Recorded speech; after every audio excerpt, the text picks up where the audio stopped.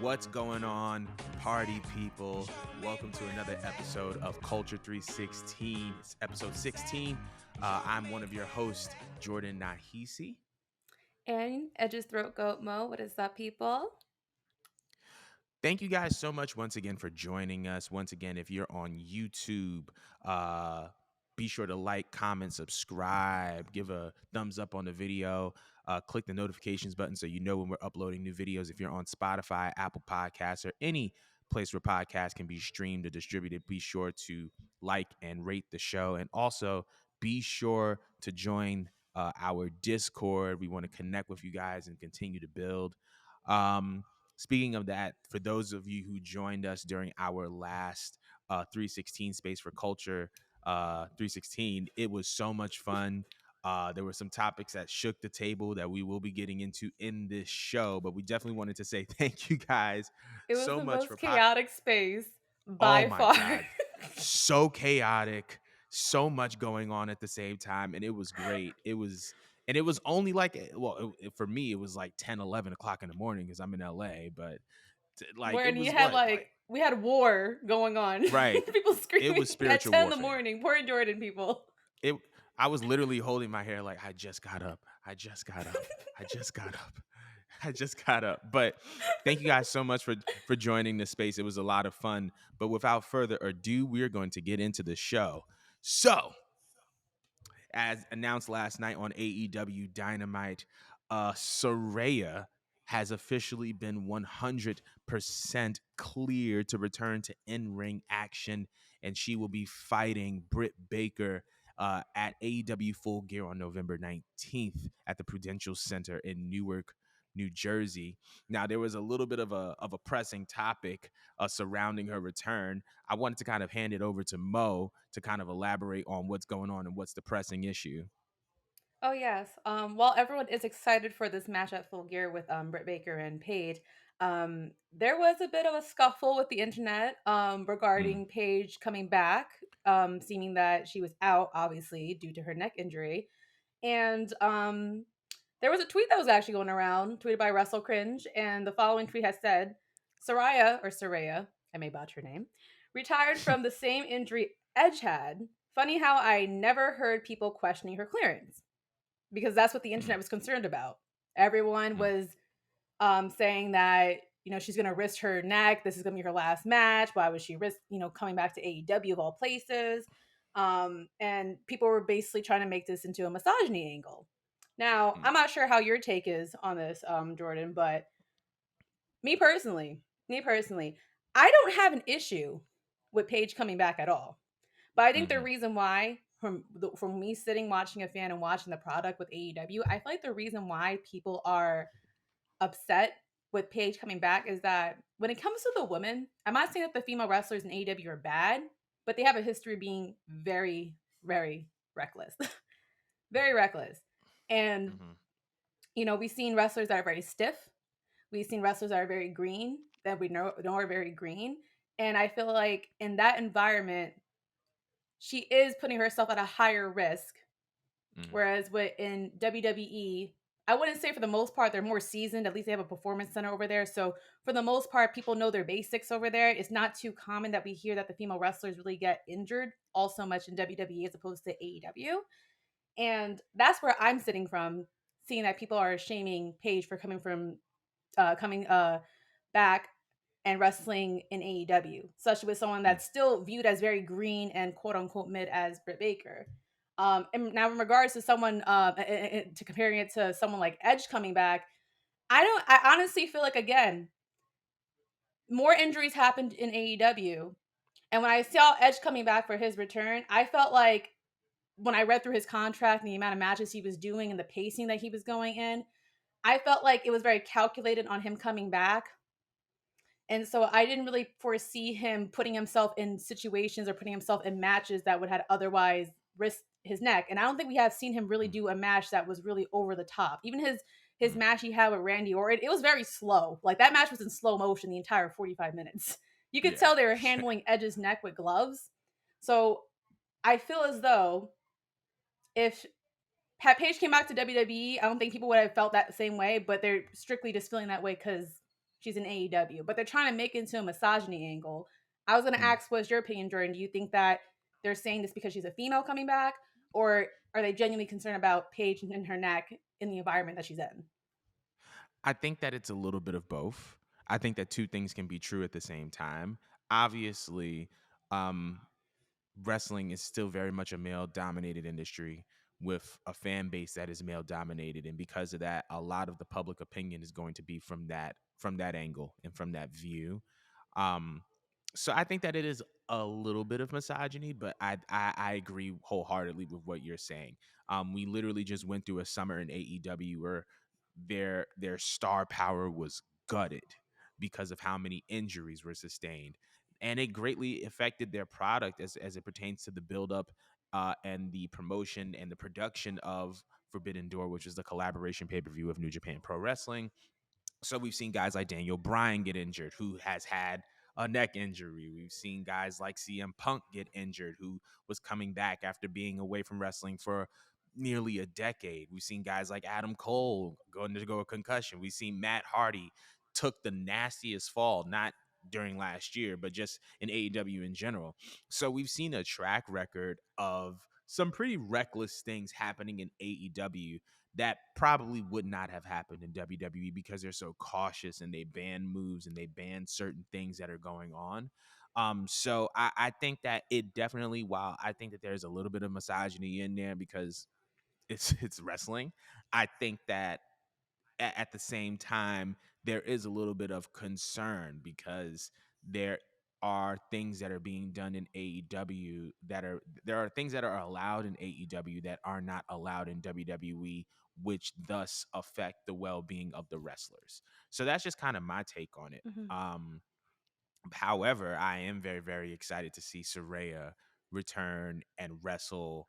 And I'm pretty sure that if she's taking this step, that she has gone through all the necessary practices and procedures to make sure that, you know, she is 100% prepared to do everything that she wants to do in an AEW ring. So that's just my opinion on it. Do you think she's going to attempt to prove the marks wrong and try to do a few things that are risque or over the top in her match with Britt coming up? I think so. But I don't think that she wants to do it to prove the marks wrong. I think she wants to prove something to herself because I think that ultimately, when Hmm. you step I away, like number that. one, Soraya has had a very, very unique personal and professional history. Like Soraya's, I kind of see Soraya, even though she is a grown woman, she kind of has seen this trajectory that is similar to a former Disney star with everything that she's had to publicly endure and experience from her, you know, the issues with drugs, her battling her drug addiction, and of course we can't forget about the whole her and Alberto Del Rio relationship, and in addition to her injuries and I'm the sec yeah the tape, we don't got to go into that, but Mhm. you know, like she's endured a lot. And because of that, I think that when she comes to an environment like AEW that promotes a creative wrestling environment in which wrestlers can kind of take control over their own fate and their own destiny, she's going to want to take risks because I feel like part of her just wants to say, hey guys, regardless of everything that's been happening for the better part of a decade, what seems like, I'm still a professional wrestler and I'm still just as capable and as competent as I was when, you know, I first started this, and this is something that I love. So I think she is going to try some risky things. However, I don't think that it's Mark centric as much as it is her centric, because when you're away from the ring from that long and you've endured as much as she has, you're going to be looking to prove a point to yourself more than anybody. So what about you? Well said. Well said. Um, I feel like Paige is, I mean, yes, she's older, but I feel like the Paige that I remember, she's kind of a bit of a wild child and she's a little Mm, petty. Let's be honest, she's a little bit petty. So I do feel like knowing her that she probably is going to do both. She's gonna prove hmm. it to herself, but I do feel like she's gonna pull out some spots that is probably gonna shock us, probably gonna have us, ranting and raging all over the internet saying, "What is this woman doing? Does she care about her neck? Whatever." I feel like Right. she's gonna do all that stuff on purpose just to show her, "Hey, my doctor cleared me to do whatever the fuck I want." I'm not sure if you noticed, but she posted on her Twitter page even like a picture of the letter that her doctor gave her, saying that she has no restrictions from wrestling, Mm, I no didn't even see that. restrictions, and she's Well, yeah, it's on her page, and she said she's gonna frame it. So I'm like, huh. When I saw, it, I'm like, she's definitely gonna pull out some things that we haven't seen before. Because again, Paige has wrestled all different types of matches. I mean, she's been wrestling all Mm, her life, basically in the business all her life. I yeah. feel like she's gonna come in with a bang on purpose. She has left this anticipation up for long enough. I don't expect a safe match out of her, especially with her age. She's still young. She's still Mm, fresh. I feel like she's been training and plotting for this for a while. So mm-hmm. I'm interested. I'm excited. I'm actually just a hair. The MJF match against Mox, and this is like neck and neck for my level of excitement. And Mm. I'm not even that big of a Page man, but I know she's going to deliver. That match is actually going to deliver. It's probably going to be Britt's best match. I'm going to call it right now, right here in the podcast. That's going to be Britt's best match. Yep. Period. Yep. I Period. I just looked it up. Period. Soraya is 30. I feel Soraya Soraya is 30 years old. So she Yeah. is still young. And I agree Hmm. with you. And to be honest, I can see why they were like putting the champion around Paige and Soraya and like all the other girls around them. Because to be honest, Paige, I mean not Paige, S- Soraya and Britt Baker are AEW's two biggest women stars. And so if you want to increase the exposure of your product and of your women, you're going to put them around the two most popular people. So the fact that you just kind of like said, like this match is like neck and neck with the MJF, I think that that's a very, very similar mindset to a lot of the people that are going to be watching this show. And hence why you put your women around them because they are the most visible and they are the most popular. But Absolutely. but moving on to a championship or a title that is a lot less relevant than this topic. It has been announced that WWE has officially retired the 24/7 championship this past week on Raw. Nikki Cross won the championship and proceeded to attempt to throw the belt in the garbage. She completely missed it, even though she was like a layups. All she had to do was lay it in, bro. Like you was right. You Word. was right there anyway. But They had the audacity to save the clip and post it. Why would you right, do and that's that? just disrespectful. Come on now. But yeah, if you go on WWE's official website, it says that the 24/7 championship had a life from 2019 until 2022, which means that the championship is now defunct. Dana Brooke went on Twitter and kind of let off some steam. And we're not going to be talking about her tweets, but I did want to know your opinion on the 24/7 championship being retired. I think everyone wanted to see that belt retired a long time ago. I don't think anyone was excited when we first saw the belt. They tried to present it as the hardcore title, and it was never going to be it. It was never Mm, going to be it. It was never going to be as fun. I think the only time it was fun was when Carmella and R Truth were running around with it. That was the most interest I ever had in that belt.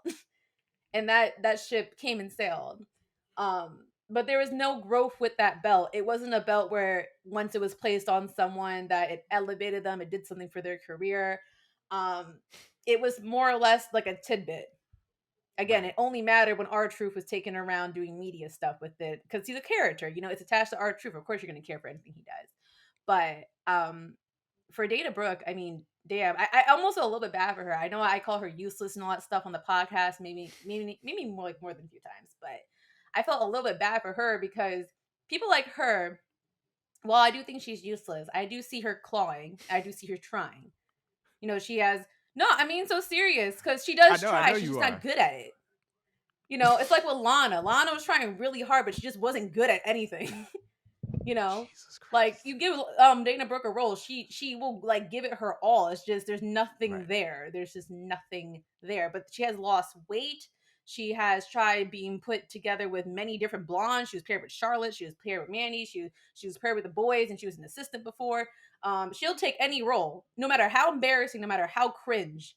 She'll drop out as many times as possible. That's one thing I'll respect about Dana Brooke because she'll take her role and accept it, you Mm, know, because she's willing to claw to the top. So I feel just a hair bad for her that she finally got something. right. And then they try to pull a Lunder Blaze with this and have Nikki Cross not even drop it into the trash can, miss the trash can, and they still replay the video. Like my title wasn't even good enough to even Make replay it the into the gimmick. trash. and put Right. it in the trash. It was botched on the way in and it was botched on the way out. That's the best way to describe that title. A huge botch, an experimental failure. It needed to go. Like gone, dead. Mm, Like shut the casket. We don't need it. And to run it back to how what we commented on our last podcast, I do think that that's the perfect time to just insert the mid card title. Just mm, insert the mid card title while we can, because that mm. title wasn't doing nothing for nobody in no division. What do you think about it?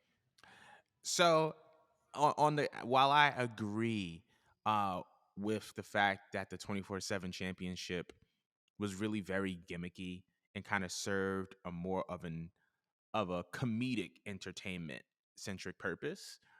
Man, the stuff that R Truth did with that 24/7 championship, that was his championship. That was his baby. I just looked it up. Apparently, R Truth has had 53 reigns with the 24/7 championship. 53.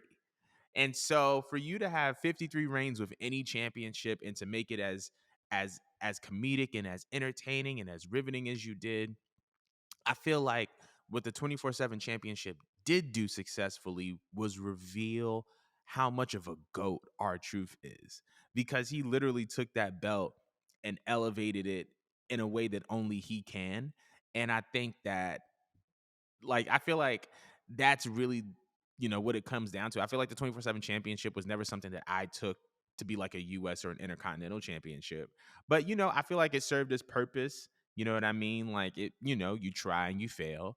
There have been other championships in the WWE that have been short-lived that, you try it and it runs its course. You have the European Championship that was, prestigious in its own right and used and put on TV for so many years, and I feel like they're going to bring that back with NXT Europe. You have the WWE Light Heavyweight Championship, which once again, short-lived, something during the Attitude Era, not really something that was really tapped into again until the early 2000s with the WWE Cruiserweight Championship. But I feel like the 24/7 title served its purpose. You know what I mean? It was fun. We got good segments out of it. We got our truth. You know what I mean? Like, and so I think that it served its purpose, and I think that we just need to move on from it. It's I feel like the 24/7 title does not have a place under the rule of Triple H at all. And so I think that them retiring this championship was the correct thing to do. But anywho, we're gonna move on real quick because according to a press release from WWE, in conjunction with the sub-Saharan African broadcast partner SuperSport, has announced a continent-wide talent search to find Africa's next WWE superstar. The search was announced in Lagos, Nigeria, which will be the host city for a multi-day tryout in February 2023. So I wanted to know, how do you feel about Africa being a focal point in the future of WWE's recruitment strategy? Here's what I'll say about it, right? I feel like when it comes to WWE focusing on Africa as a focal point for global recruitment and strategy, I think that it is the way to go. Um, I feel like we need to owe a lot of credit to guys like Omos, guys like Kofi Kingston, right? Who have been kind of ambassadors in a way for WWE as far as African born representation in the WWE. Kofi Kingston was the first African born WWE champion, won the belt at WrestleMania 35. We all know how incredible of a moment that was, but that's just one guy. That's just one guy. And Africa is a continent that is rich in culture, rich in agriculture, rich in talent. And I believe that it is a continent that WWE hasn't really tapped into the way that they've tapped into other continents. They've tapped into Europe with the NXT UK, and now with the expansion of NXT Europe, they've tapped into Japan with the recruitment of guys like Shinsuke Nakamura and girls like Asuka and Kairi Sane, and how involved they are with recruiting certain talents from New Japan Pro Wrestling. We've seen them tap into different continents around the world, whether through touring or whether through recruitment. And so them kind of going to Africa, I think, is just super, super dope, because I feel like there is so much talent there. There's so much culture there. And when you recruit and tap into a new culture, you have the potential to tell these new stories, right? Like you look at Imperium, right, and you look at how they kind of represent the culture of European wrestling. There's stories in that. So imagine, we're 10, 20 years down the line and you get Jordan, I had lost you how completely. do I say I don't this? You hear get anything and you froze on my an end. imperium counterpart from Africa. You know what I mean? Like with with every culture that's tapped into is the ability to tell new stories. So I'm very, very excited and enthusiastic about the potential of what can come from focusing on Africa. So I'll be having my eye on this talent wide this continent wide talent search. So what is your opinions on this? Okay, now that I regathered my life, no, the thing is that we always had very talented African Americans in WWE. Like the first person that comes to my mind will always be Shelton Benjamin, as underrated as he is. Right. Again, like a freak of nature, a freaking like, but he's unnaturally athletic. At least like young Shelton Benjamin, like unnaturally just talented. And of course, later on we had people like Jazz, people like Jackie, people like Bianca Belair, Kofi Kingston, as you mentioned, Bobby Lashley. We have some new stars down in NXT that are African American, and just I love that for us. I love that for our culture. I love that, like you said, they are delving into us. I feel like we have an influence as fans for that decision, because I do feel like without like Right. fans pushing for this to happen, I don't think that they would even have thought about it. I think because again, when we think about wrestling, it does feel like it's a white man dominated sport. Um, Yeah. I was actually surprised that you would think that after, or at least like with WWE, you would think that after pandering to just white men, your next shift a gear would be like a different race that would be before going to Japan and delving into Joshi wrestlers. um it's just crazy how much we circled just to get back to here, and I do feel like it was a fan driven response. We Mm. push for people like Bianca, we push for people for like Bobby Lashley, people for like Naomi. I mean, just almost 2 WrestleManias ago, we just had the first ever um main event with two African American women for a title match at WrestleMania. And I just Mm. love the progression for us. But again, I feel like without the fans like hammering this point in, that you need to like bring more attention to our African American talent, not just because they are African American, but I mean they are very talented. They are very much talented. And I feel like they're constantly being snubbed in favor of, again, particularly like white men or European wrestlers. Not that there's Mm. anything wrong with them.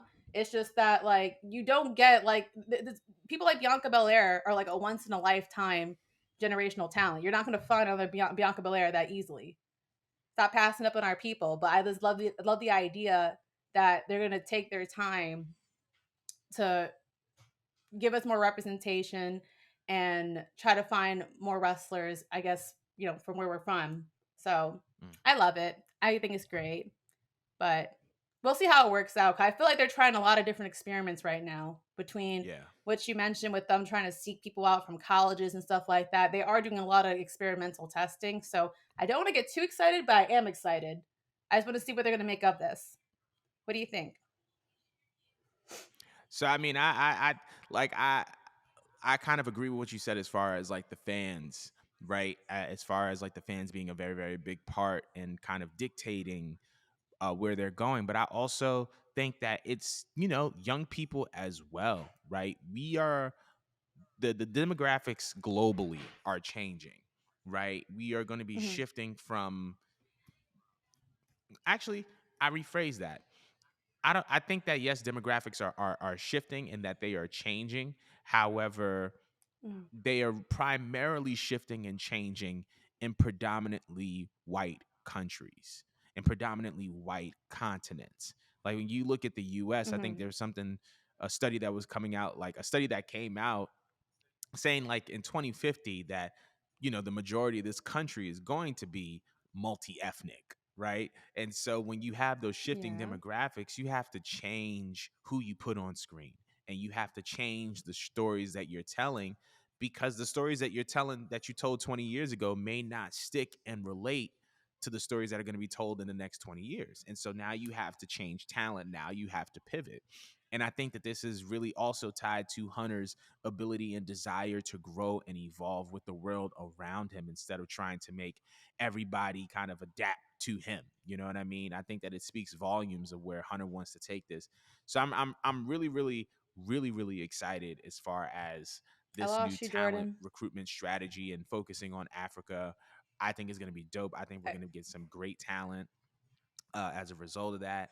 But I think I want to get into this real quick next because we had a very, very interesting topic in the space, right? And this was something that kind of shook the table, literally shook the table. Um, One of the members of the space, I forgot the gentleman's name, was saying that he was saying that he thinks that it's a little bit racist that a majority of black wrestlers come out to hip hop music and that, he didn't want to hear hip hop music. He wants it to feel like a wrestling show and not a hip hop concert. Um, and there's a lot to unpack there, right? But I wanted to know, is it racist that a majority of black wrestlers come out to hip hop music? Well, to answer your question, absolutely not. Like, absolutely not. Wouldn't you want to see? First of all, let's just add this fine detail here. The person that disclosed this information or this opinion, this very ignorant opinion, was a black man. Okay, let's just start there. Wouldn't you love to see representation in our culture just bled through a sport that you love? It Mm, just, to me, it was insulting because mm, what's wrong with hip hop music? Is hip mm, hop music not something that you could take seriously? You know what I mean? There's been many a champions, black or white, that had hip hop or rap songs, and mm, it resonated with them, and it fit. The person that came up with this opinion was saying that, oh, we need to go back to having rock music and metal music. It got me excited, it got amped up. Like, you got excited when you heard Triple H. I'm like, okay, yeah, I got excited when I heard Triple H's theme song too. What about it? What about it? Trish mm. Stratus came out to Little Kim, Time of Rock and Roll, and it fit. She's a white woman coming out to a rap song, and we all just Right. went with it because it fit. When it comes to like an entrance song, some people listen to the lyrics like me, but sometimes it's the beginning of that song that the fans hear, and it has you jumping out of your seat and has you excited. You know what I mean? It's something that's supposed to pop the crowd, yes, but it's also supposed to be something that connects with the character and then connects with the crowd. Mm, If rap music fits for someone, or metal music fits for someone, or pop music fits for someone, that's fine. It just needs to fit with the character. But mm, as far as just saying that it's racist to have it for African Americans or for any black wrestler, I find it insulting because nothing about it was insulting. The first thing that comes to my mind is Mark Henry. I love the lyrics to his theme song. Somebody's gonna get their ass whipped. Literally, right from the jump, they're telling you exactly what's gonna what's about happen to to the happen? opponent. It fit Yep. him. It fit him. And it's like, how could you be mad at that? It can't. Mm, First of all, he came out to one of the wildest debuts, having 3-6 Mafia lead out this man. The whole crowd was with it. The whole crowd was with it. They were intimidated by seeing this big behind man come out, and they had 3-6 Mafia rapping about what this man's gonna do to the rest of the locker room, and it fit, and it ran with his character for the rest of the pay per view. And not every black wrestler, by the way, even had a rap song or had a hip hop music. Like, Bobby Lashley don't have that. Ember Moon didn't have that. Who else didn't fucking have that was black? Any other people that come to your name? Naomi. Naomi has techno dubstep house. music that she comes Right. out to. House music. Yeah. Like, what stereotype? Why is it a Mm, stereotype? Why is it bad? Why does it bother mm, you?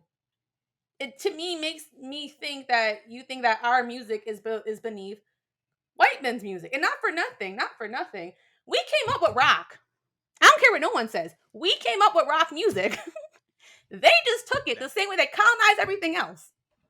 So I don't understand this whole it's racist because they're coming out to something that we created, we curated. and you're Mm, upset about it, you're just like, oh my God, how dare they come out to something that our own culture produced? That's just so beneath us. It's so beneath. No, no, that's the white man brainwashing you, bro. That's the white man fucking brainwashing you. And that's what they wanted. mm. You should be happy. You should be happy to see people that look like you coming out to music that we produce because they time and time again try to strip us of our culture and our roots and like to whitewash us. Right. They want us to think like you. And it's Mm. sad. It's so sad to me. Like, I'm sorry, I'm getting hot right now. Feel free to You're cut good. me off at any You're point. you're good. I'm gonna jump in at this point. Um, Mhm, so I understood what the gentleman was saying, right? mhm. Oh, is it racist for he is it racist for black wrestlers to come out to hip hop music? Because I think in his mind, he automatically assumed that the hip hop music that was being attached to black wrestlers was coming from the powers that be, right? And the powers that be may have a perception or stereotype of black wrestlers that they are trying to now project onto the talent that they have. But one, I think it's important to know this, that the creative process for every individual talent is different. There may be music that is given to you from the powers that be. There may be music that you personally pick out that you want. So I don't think that it's necessarily racist for black wrestlers to be coming out to hip hop music, in the sense that, it's there's a high likelihood that a person is not just projecting a stereotype onto someone, and that the music that is being picked out is in alignment, like you said, with somebody's character, right? I feel like when we talk about theme music and we talk about, you know branding, you want to have something that is aligned with the character that you are portraying. So if you have music that, if you have hip hop music attached to a black wrestler, 9 times out of 10, it's in alignment with that person's character. Just like you have Lil Kim attached to Trish Stratus's character. Just like you have Nicki Minaj attached to Victoria's character. You know what I'm saying? The music that is in alignment with the wrestler is about the character, and it's not necessarily about the race. Um, so I think that that's something that's very, very big to clear up. And like you said, not every black wrestler has, um you know comes out to hip hop music. You have Bobby Lashley's first theme. His current theme isn't necessarily rap. Ember Moon, um Ember Moon didn't come out to rap or hip hop. She came out to what she did. However, here's another thing that I also wanted to suggest, right? Just like you have different subsets of rock, you do have different subsets and style of hip hop, right? And so I think that one of the things to explore is that, yes, there may be a diversity, or not, there may be a lot of black wrestlers that come out to hip hop music, but not all hip hop music sounds the same, right? Eddie Kingston's theme, which is rap music, sounds different from Bianca Belair, which is rap or hip hop. It You have a very New York boom bat style of hip hop in Eddie Kingston's music. You have a very Southern style in Bianca Belair. You have a very, um, About AJ there's Styles. yeah, AJ Styles. Like, there's a variety of hip hop, right? And so not all hip hop sounds the same. And I think that that's part of the reason why the music that black wrestlers and all wrestlers really come out to is in alignment with their character, because you can attach the character and align the character to not just hip hop, but a certain style of hip hop, right? And the thing that was very, very interesting to me was, he said, I want a wrestling show to sound like a wrestling show, not a hip hop show, right? And I think that that was interesting, because now that begs the question, well, what is a wrestling show? It's like, okay, what's a wrestling show? Why do you believe that that is a wrestling show? And when, I asked him those questions, I'm talking about the guy on the space. When I asked the gentleman those questions, he related it to the music that he listened to when he was growing up in the wrestling show, right? But when he was growing up and watching certain wrestling programming, rock was the highest selling genre. You know what I mean? Rock was the highest selling genre, and rock as a genre had split up into so many different sections and styles that, you know, it was the highest selling genre, and there was a style of rock for every type of programming or every type of character. And so now we're at that place in hip hop where there is a style of hip hop for every kind of context and every character. And one of the things that you have to understand is that because hip hop is the highest selling genre, if you are a business person, you're looking to put things into your product that are going to resonate with a casual audience, resonate with an audience that may not be familiar with your product. Because hip hop is the highest selling genre, there is a greater likelihood that hip hop is going to resonate over rock.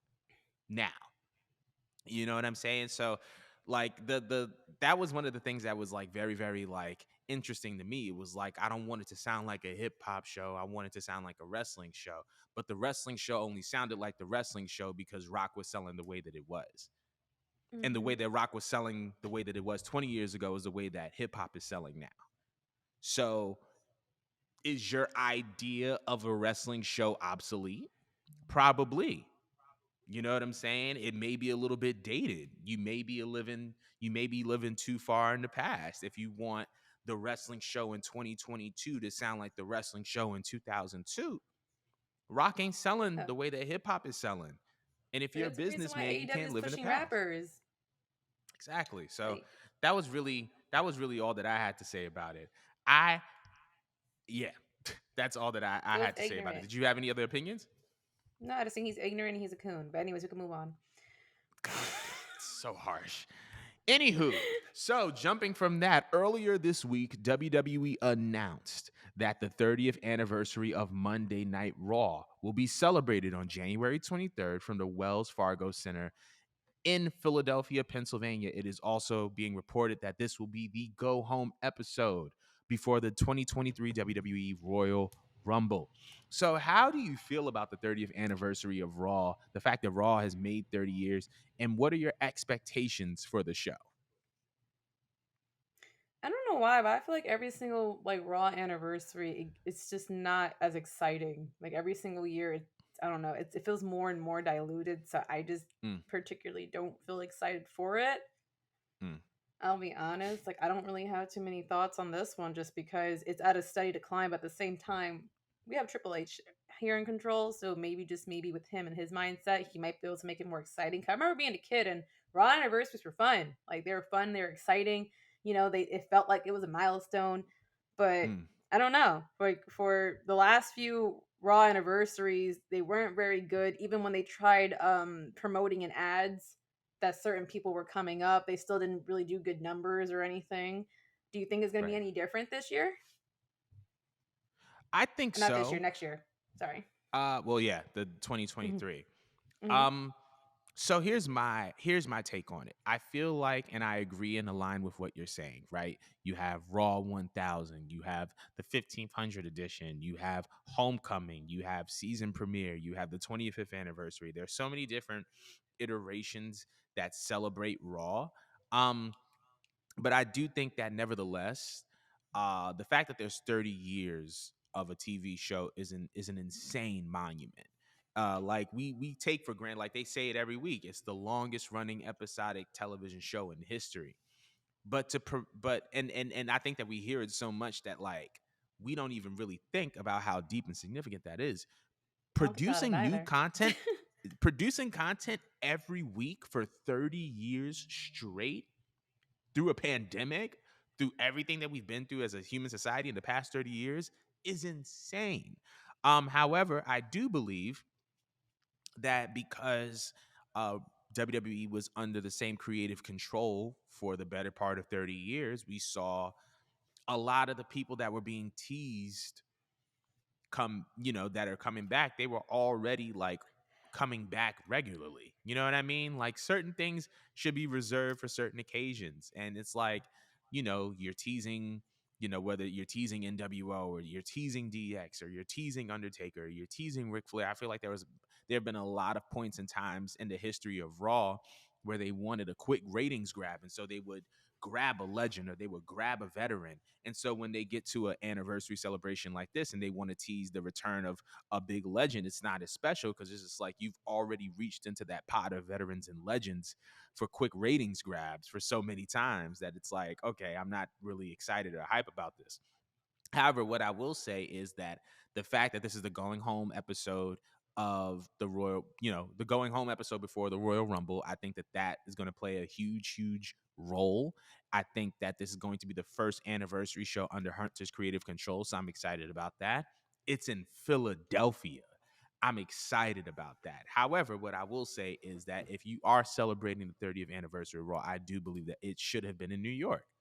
I don't know if it's because I'm a New Yorker, but I just feel like if you started in New York, the 30th anniversary should be in New York, or there should be some form of 30th anniversary related activity tied to New York City, because y'all started in the Manhattan Center in New York. So I just felt like it should have been in New York. However, I am Wasn't there very, a very year when they were in both MSG and in the Barclays at the same time, or am I they were bugging? at the they were at the Barclays and the Manhattan Center at the same time, and I think that that was Um, their 25th anniversary. If I'm not mistaken, that was, I think, like 2018, 2019, they did like a yeah, it was because it was Raw 25, and they did like a double cast. They did one at the Manhattan Center with the old Raw setup, and then they did um the Barclay Center. So I think that that was they like the should run little that Raw back, to 25 be setup that they honest. had. Would you say? They should run that back, to be honest. Like, I think that'd be more exciting than Philly. Not that Philly's a bad crowd. Philly, Chicago, and New York obviously are like the best crowds out there. But I feel like we want to make it mean something, then sure. But you could go on with your point from earlier before I cut you I off. think that I think that the only problem was just the consumer experience, the in-person experience, because like when they were doing the two shows, like the people at the Manhattan Center hated it, and the people at the Barclays, like, you know, really, they liked it. But it was just like the fact that there was two, shows, essentially two shows going on at the same time in two different venues, like it leaves one crowd neglected and one crowd to be heavily tended to. Um, but I think that the most interesting part about like this 30th anniversary show is did you see the graphic that they were using to promote it? Raw is XXX. Triple Kids, do H not couldn't help type that in. himself. Yeah, Triple H loves him a good dirty joke. So, kids, if you're watching this, please do not type in Raw is XXX in your search bar. There are a lot of unholy things. There are a lot of unholy things that are going to come up from it. Um, you know what I'm saying? So don't type that into your search bar, because you may mess around and get an operation on your shoulder. Anywho, Mm, China might come up. anywho, let's move on. You Oh, didn't even sorry. catch it. Yeah. Operation on your shoulder. I don't text. Yeah. Um, I told you it was gonna be a running gag. But speaking of WWE and big events, it was reported earlier this week that WWE Crown Jewel was not only WWE's biggest Saudi show to date, but it was also the highest internationally viewed premium live event, which means that it surpassed Clash at the Castle in views on Peacock. So I just wanted to know what this means for the future of the WWE Saudi Arabia relationship, and why do you think that this was the biggest, or I should say, why do you think this was the highest viewed internationally premium live event that WWE has done to date? I feel like WWE thrives off of controversy, and they Mm, knew what was going on with the wars and the incident going down around in Saudi Arabia, and they're like, you know what? We're going to capitalize off of this. Like, if you mm, motherfuckers thought you're gonna get out of this and going to work, all y'all getting on that plane right now. Because I feel like a lot of people wanted to see if they were going to make any changes and stuff like that. You know, it was like up in the air. Like, literally, we got told in like 48 hours that potentially, like, this might not go down, that there's going to be changes in plans and stuff like that. You know, there's going to have to be rewriting and stuff like that. I think that there was a lot of anticipation. A lot of people are watching just out of seeing what's going to happen. And I mean, it worked mm, in their favor that they happened to be in a location where luckily everyone was safe and they all got home safe. So love that. Great for them. But I didn't foresee them ever ending this contract with Saudi Arabia. I feel like for them it's like easy money, because I noticed that the formula for Saudi shows is not on the same timeline of events as what goes on in any other pay per view or any other televised show for WWE. I feel as though when it comes to Saudi shows, it's all about just getting the stars out. Get the stars out. Let's have some big man here. Let's have some star power here. Let's dazzle this. Let's dazzle some other names. You know what I'm saying? Like, I feel like it's easy booking for them Mm, because they watch the show very differently over there. It's like it's really just putting together a WrestleMania without so much thinking about it. And you could see it in the booking decisions that they made. A lot of the right. booking decisions kind of, I wouldn't say they didn't make any sense at all, but they were safe.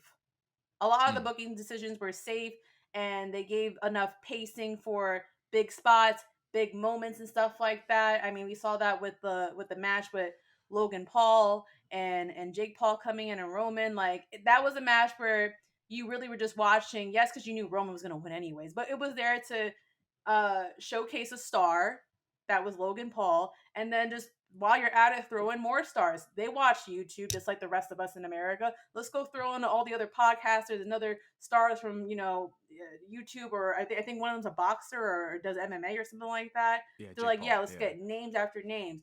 Brock Lesnar and Bobby Lashley didn't necessarily need to happen. No one's going to complain about it. I was complaining about it happen, but they need another big man match. They just threw them together, and you notice they went with a safe ending that made them both look good afterwards.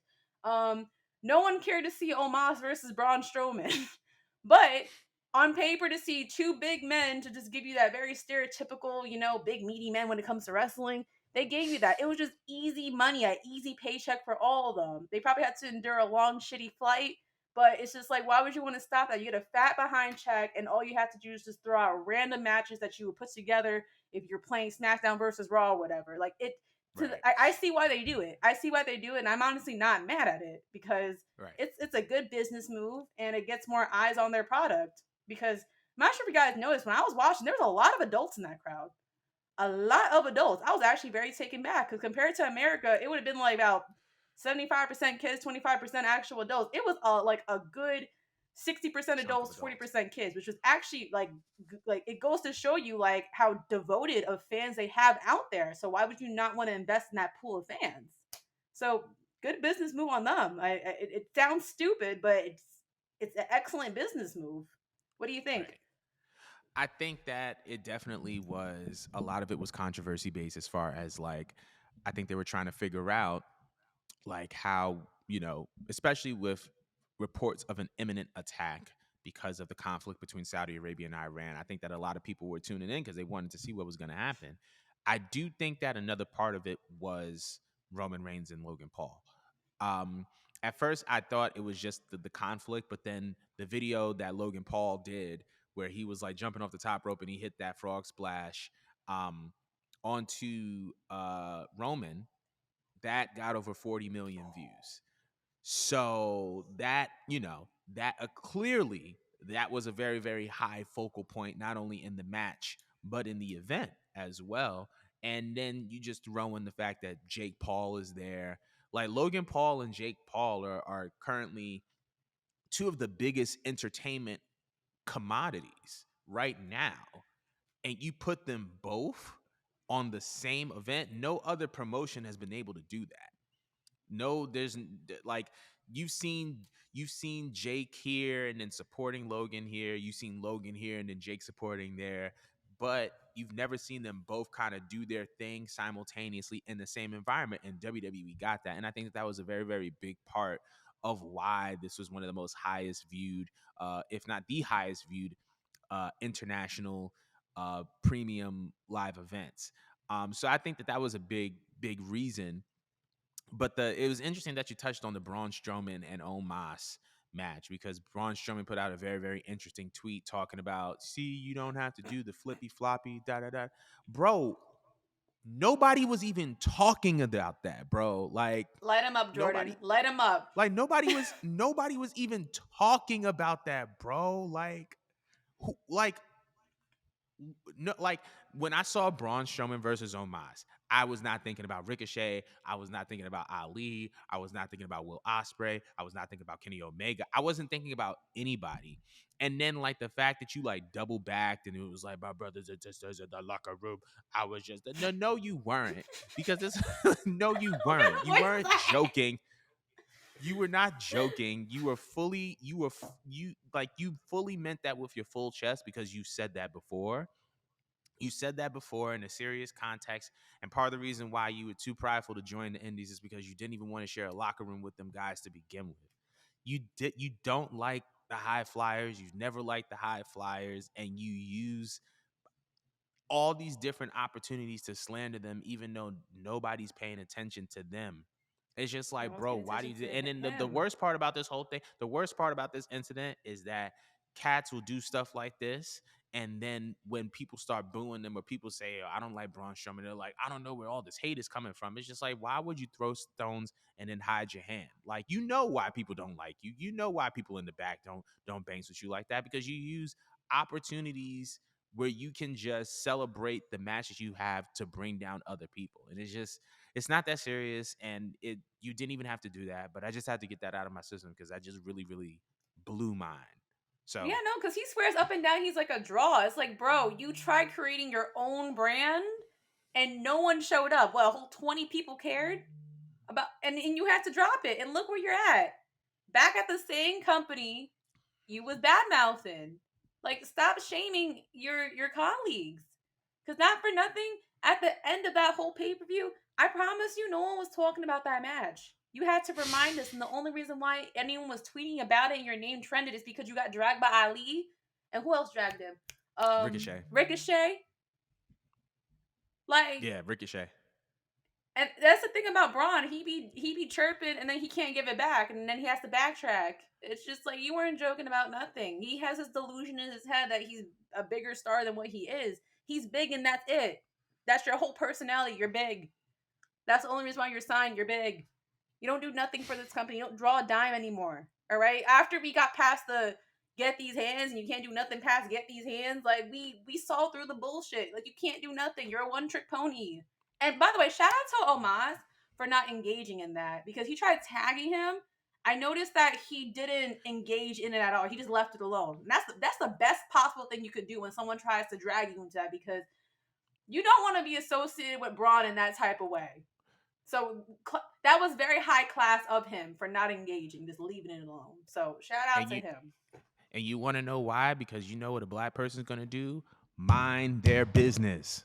Anyway, moving on. As reported by WrestleVotes, John Cena is expected to compete at WrestleMania 39, taking place in Los Angeles, California, live from the SoFi Stadium in Inglewood. If you had to, I had to, well, yeah, I have to ask you this question because when this report came out, there were a multitude of people who tweeted out photos of John Cena, photos with John Cena. So I wanted to know if you had to hand pick John Cena's WrestleMania 35 opponent, who would it be? 35? So we're thinking 39, about way down. 39, Oh, 30, 39. 39. Okay, I was gonna say. If you had to pick his Okay. 39, his Okay. WrestleMania 39 opponent, who would it be? 39.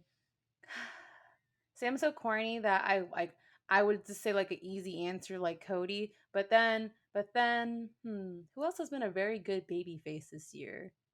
Actually, a really good heel because John Cena's always going to come back as a baby face, no matter like what room he's in. He's always going to come back as a baby face.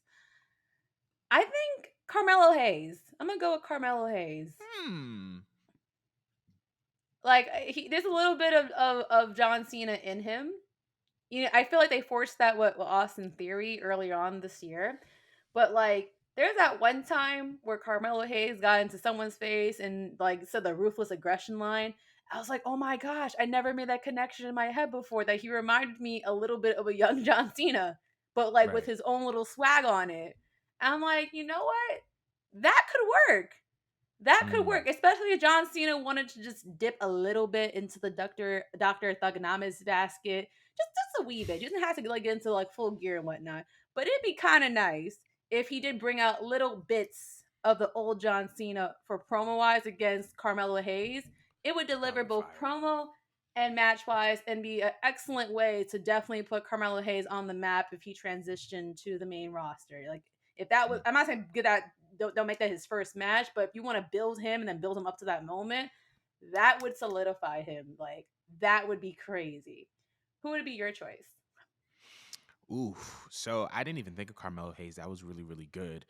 Um, Once again, at first, based on the trajectory he was going earlier in the year, if you asked me this question like months ago, I would have said Austin Theory. However, I think that John Cena should face Gunter for the Intercontinental Championship at WrestleMania 39. And the reason why I say that is this. Number one, Gunter has had one of the most impressive championship reigns in WWE in recent memory, point blank period. Not just for the Intercontinental title, but for any championship. He's had a really, really impressive reign. I don't see anybody on the main roster right now taking that belt off of him. I wouldn't believe it, to be completely honest. Um, and I think that if you want to continue to elevate the Intercontinental Championship, you put it up against the biggest draw in your company over the past 20 years in John Cena. So that's number one, and that's number two. Number three, John Cena has held every single championship in WWE except what? The Intercontinental Championship. He's held the US title, he's held the WWE title. I don't think he's held the Universal title, but technically the WWE Championship kind of falls in that lineage, so it counts. He's held every single championship. He's done every single thing except for hold the Intercontinental title. So if you're looking to do something new for John while also trying to elevate the title and have, someone beat Gunter that can believably beat Gunter, I think that it should be John Cena. So that is my pick for as far as who should uh Cena face at WrestleMania 39. This is my opinion. Hmm. I mean, it's interesting. I think if you're looking more for sports entertainment, you're definitely going to go with Carmelo Hayes. They're still going to have a great Mm, match regardless. Gunther, that is a more compelling storyline. Like mm, the first choice with mine would be just like for fun, like that just looks fun on paper. But with that gives like Cena more of like a serious edge coming back, not just oh I'm coming back because I'm John Cena, and I'm gonna go with someone that is like kind of the obvious that mimics me. I like that angle of just having John Cena come back with a true purpose, even though mm. yes he will lose in this instance, but it will also make for good moments because I mean John Cena hasn't wrestled in a while, like actually genuinely had a match in a while. It'd be a crazy visual to see him give a fu to Gunther. 'Cause he's a big man. Yeah. Can you imagine just like this just the type of money making shots you're gonna get out of that match? I Them I think chops, it'd be bro. great.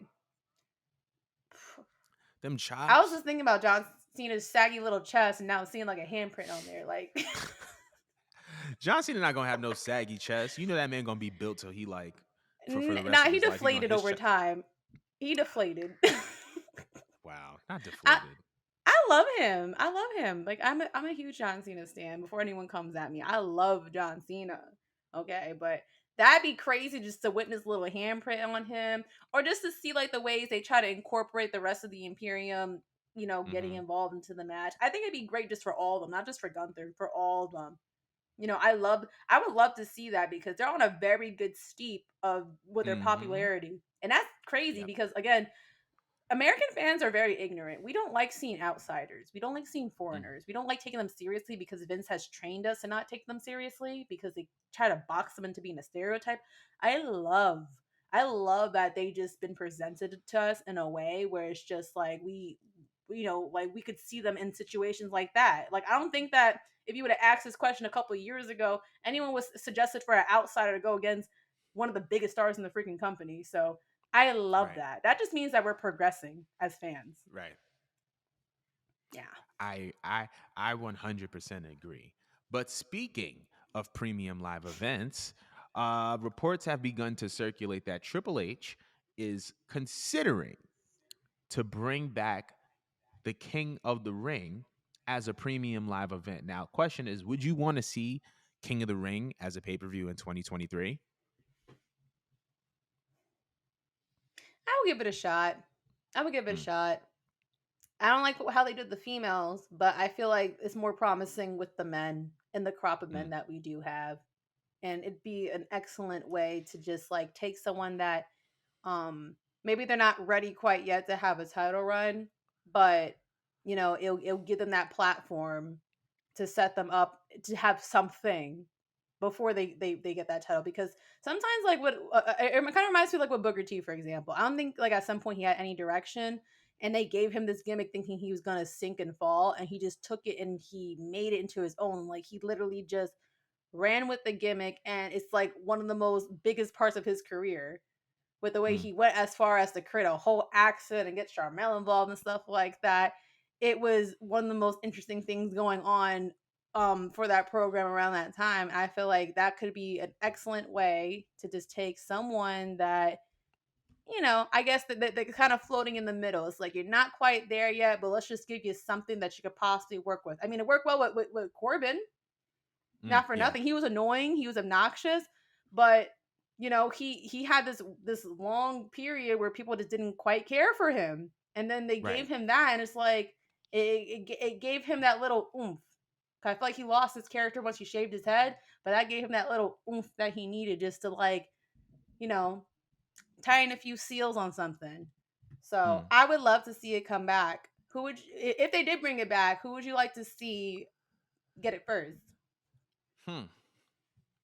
So I think Ali should get it. I think Ali Oh, would that's be a great heat. choice That's for King of heat. the Ring. Here's what I will say though, because I'm gonna ask you the same question as far as who would you make King of the Ring first? WWE needs to get back to incentivizing tournaments. And when I say Yeah. incentivizing tournaments, I mean there has to be an end goal without just the crown. One of the things that made the King of the Ring tournament so popular, so progressive, and so captivating in the late 1990s and the early 2000s is that 9 times out of 10, if you won King of the Ring, you were in a championship picture. 2002, the reason why Brock Lesnar became Brock Lesnar is because he won the 2002 King of the Ring. He ended up winning King of the Ring in 2002. When he won the tournament, the winner of the tournament goes on to SummerSlam to face the WWE champion. He went on, he faced The Rock, he beat The Rock. So part of the reason why that tournament became so important was because if you won the tournament, if you became King of the Ring, you were in the championship picture. So I feel like the King of the Ring tournament only is going to have value if they start incentivizing it. It needs to be a certain prize attached to it, especially now that Austin Theory has lost the money in the bank. I feel like if you're the King of the Ring, if you win the King of the Ring tournament, you should be able to challenge for the WWE Universal Championship, whether it's at another Big Four pay per view or main event of Raw the following night. I just feel like it just needs to get back to incentivizing the tournament. But as a premium live event, I'd be super excited for it because that's a single, a single elimination tournament. And we're getting a bunch of good matches, presumably. So now I'm gonna direct the question to you. If you had to pick King of the Ring in 2023, who would your choice be for King of the Ring? Gigi, stop me when you said Ali, because when she said that, that made the most sense in the world, because like he already is like the full package, but he never was like quite enough to get a title run for whatever reason. So Right. I do feel like he'd be the most interesting choice because he never had anything. And it's just like he's always been ready. This would just give him something to just take and run, you know? Right. Like that man was so ready to lead a faction when they gave him this the crappiest thing with Retribution, and he made it work. We actually cared just because it was Ali. So I would love to see what he would do with King of the Ring. Um if they like kick Sammy to the side and he doesn't actually end up taking the belt off Roman or doing anything important, I would like to still see Sammy do something with himself, and I would actually like not mind seeing him in the King of a Ring role. I feel like he'd be funny. I feel like funny. He would be ignorant. He probably would Yeah. shame all of us in all the funniest of Yeah. ways. Kind of like in a Daniel Bryan esque way. When Daniel Bryan came back and he was a vegan, he was shaming us every single week. I could totally see him just letting it get to his head, walking around with his with his The little crown. staff and just shaming all of us and shaming everyone, so someone comes out and talks shit. and it'd just be feud after feud, and he could just let that delusion go. And whether he wins or loses, kind of like Seth Rollins, it's his character to just be really Right. deluded because, well, I still won the King of the Ring, bitch. You know what I mean? Right. Like that can still work. That would still work. Yeah. Yeah, it would. I agree with that. I think that I would not mind seeing that at all. I'm gonna direct the attention to the people out there who are watching or listening. Let us know who would you make your 2023 King of the Ring. But moving on. So this is totally unrelated from the WWE and AEW stuff that we normally cover, but in a shocking turn of event, the former NWA World Heavyweight Champion Nick Aldis has been suspended from the National Wrestling Alliance. Fightful had reported that Nick Aldis had handed in a resignation notice, or I shouldn't even say handed in a resignation notice. He had, let people know that he was, letting his contract expire, which, his contract with NWA expires on January 1st, 2023. And he essentially made notice that he will not be renewing his contract with the NWA.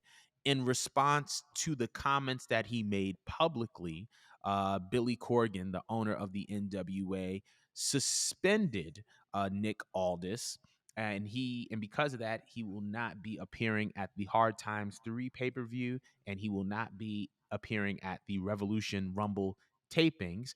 There were a lot more reports that began to circulate that stated that the treatment of Mickey James, along with other things, had factored into Nick's decision to not stay with the company.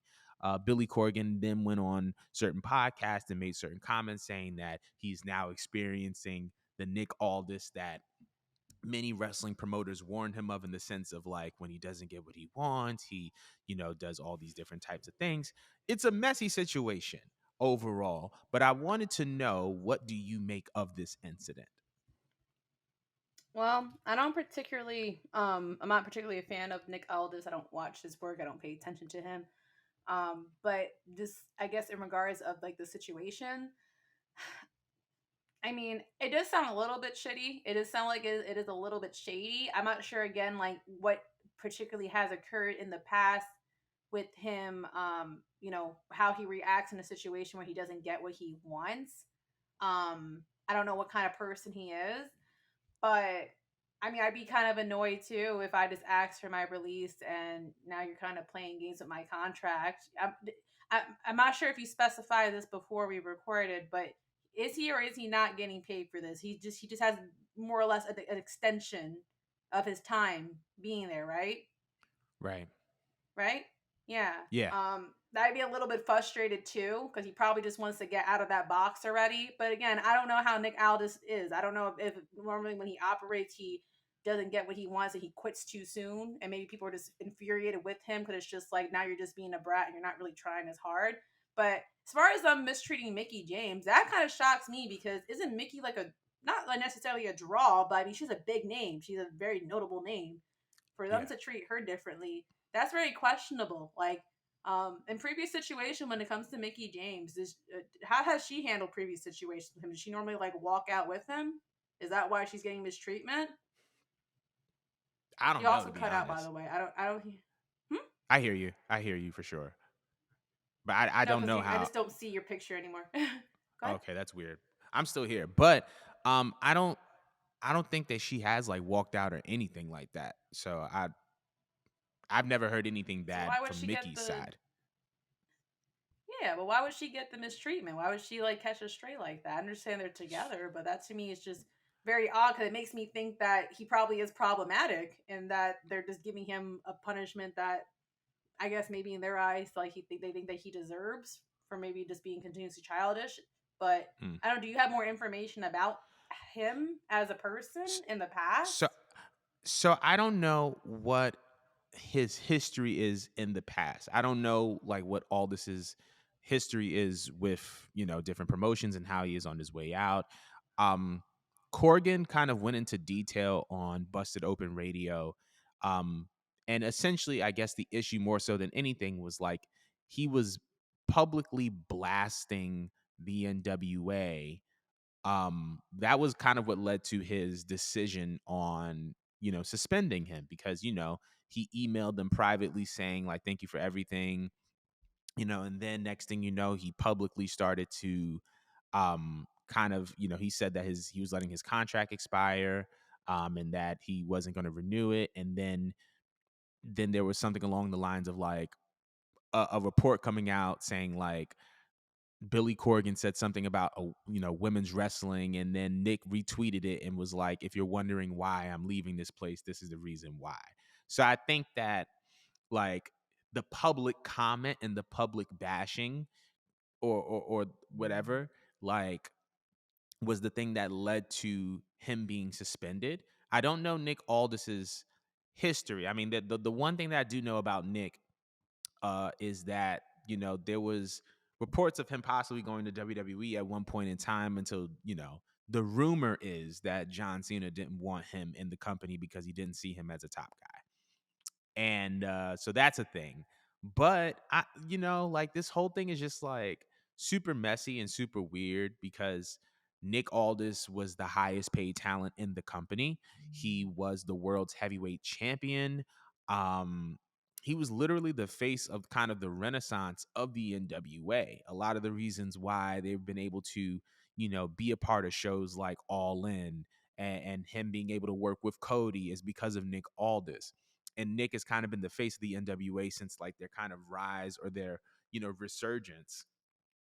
There was a point in time where I was like heavy watching NWA on YouTube, and then they were like, "We're on Fight TV. You have to pay $5 a month," and I was like, "I'm not doing that." But I feel like Nick Aldis was a big part of like reshaping their public image. Um, so I don't know what to make of this. Like, suspending a superstar because you don't like the way that they're talking about your company, when they're not going to be with your company for much longer, is just like, what's the point? You know what I mean? Like, I don't just let him do his thing and then just see him on his way out. Would I have done what Nick Aldis did and like publicly bash the company? No, because like at the end of the day, like, if I'm the face of your company and I'm helping out with your booking, like, if I say something bad about the company, isn't that a reflection on me? But I don't think that it should be. I think that Billy is doing something petty by like suspending him, because it kind of takes him out of the position where he can kind of get the farewell that I feel like he deserves. I don't know. I feel like if I ran a company, I'd rather you just talk shit when you're gone, like when you're gone, gone. I feel like doing it Yeah, on the way out is just not. It's a little bit classless, it is. I think because so.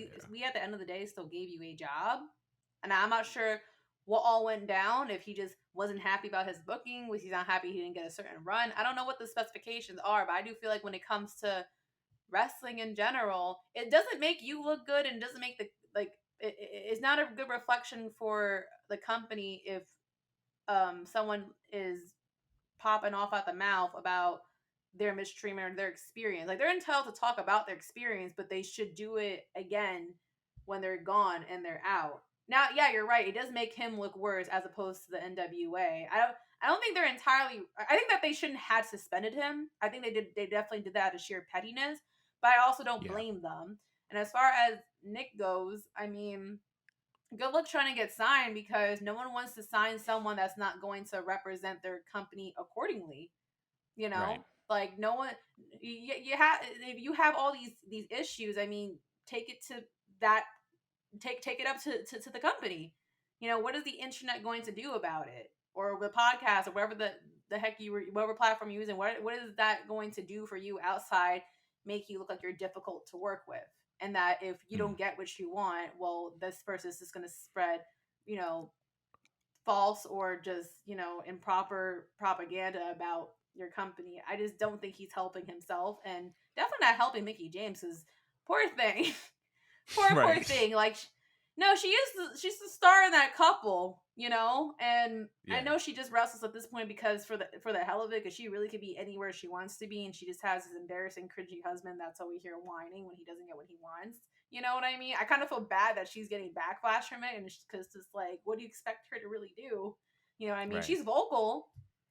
She's very vocal, but it's different when she's vocal because it's coming from someone that has experience, You know what I mean? We've seen her do it all. It's one thing when she talks her shit because it's just like she earned her stripes.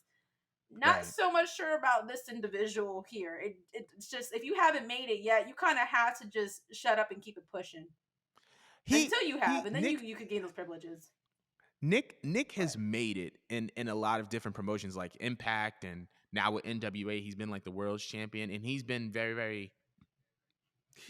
held in a very, very high regard because of the type of professional he is and the way that he carries himself.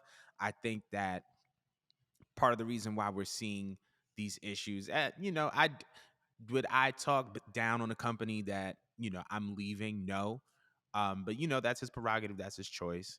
Um but I don't think that it's a matter of like Nick Aldis not making it. I feel like he's a very reputable name in pro wrestling, and he's one of those guys that never got like the push that he deserved. But I honestly feel like there's more to the story than what is being led on. Like, yeah, he's bashing the company. Yes, his contract is expiring, but if somebody is willing to work with you for that amount of time and is willing to be like the head of the company, now all of a sudden this is kind of ensuing, I feel like there's a little bit more. You know what I mean? That perhaps. the perhaps because I don't know. It's just I feel like it's a very, very weird, messy situation, and I feel like we don't have enough info about it. But Well, oh well. hopefully But we you can know who revisit we this when there's more information. 'Cause I feel bad commenting on him because I don't like. I do feel like you said, there's more to this. right. It's just a lot. It's just a lot going on. But you know who we do know about? Maxwell Wow. Jacob Freeman. And guess what? All Elite Wrestling star Maxwell Jacob Freeman is set up to appear in A24's The Iron Claw. Directed by Sean Durkin, The Iron Claw is based on the rise and fall of the iconic Von Erich family. Now, considering that he's going to be in an A24 film, that means that Maxwell Jacob Freeman is making his Hollywood debut. This was reported by Deadline, I think either Deadline or Variety, if I'm not mistaken.